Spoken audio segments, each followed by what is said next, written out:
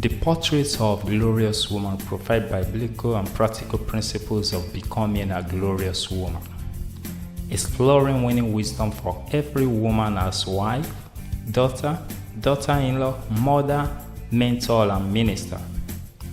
The book contains a sample of characteristics of women of excellence who by dint of desire, doggedness, and determination break the chain of conventions to bet their destiny. This didactic masterpiece offers in-depth insights into the benchmarks for successful living as women, relationship roles in marriage, dynamics of divine revelation, secrets of women of virtues and values, essential of blissful home, keystones for potential development and deployment for women. This book is a reference tool for 21st century women as well a daily companion for women leaders in all spheres of life.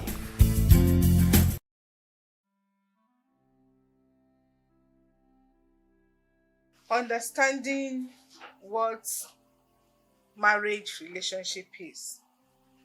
We say that fear of God, you must understand that fair play, because we were accountable to God. We must also know that we should submit to one another. None is superior, but the husband is the head of the home.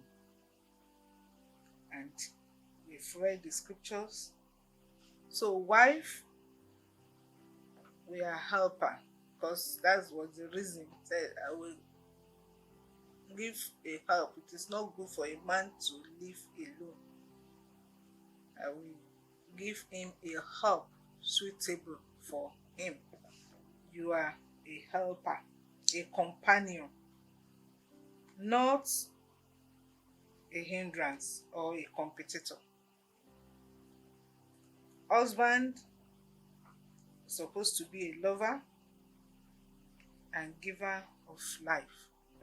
Don't be a deceiver or a destroyer of life.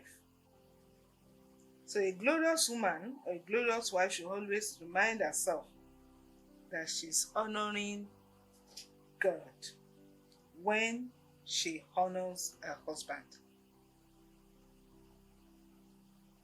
And she's also obeying God's instruction,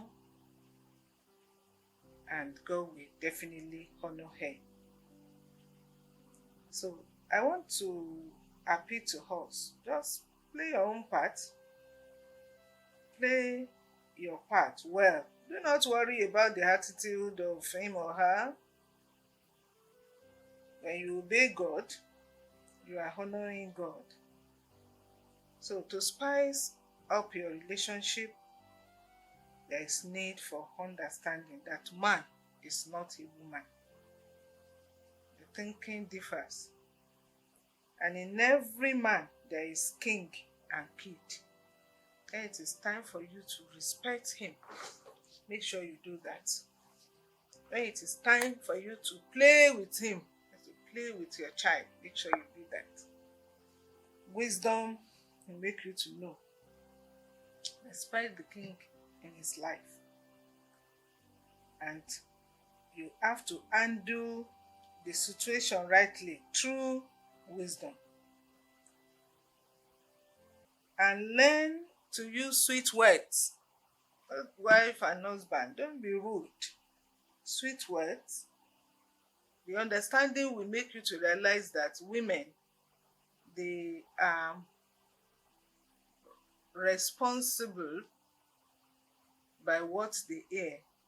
Make them to be more responsible and to cooperate with you. So let's mind our language, and the Lord will help us. Number 2 is admire and compliment one another. Admire and compliment one another. Admire him and admire her. Things to admire. Let us admire our differences. And let us make our differences to unite us, not to separate us. Glorious wife, admire the roles and the responsibilities of your husband. You can also admire his mental capacity. They have logical reasoning. Times the wife emotional reasoning at times is wife reasoning at times is emotional, but man, most of them are not sentimental and they have mental capacity. Admire his openness. If he's honest, admire that. Admire his love for you and his sincerity. Admire his strength. Admire his love for God and his commitment to things of God. At times, there is need for you to admire his courage, his faith, at times his sense of humor, and his sexual capability.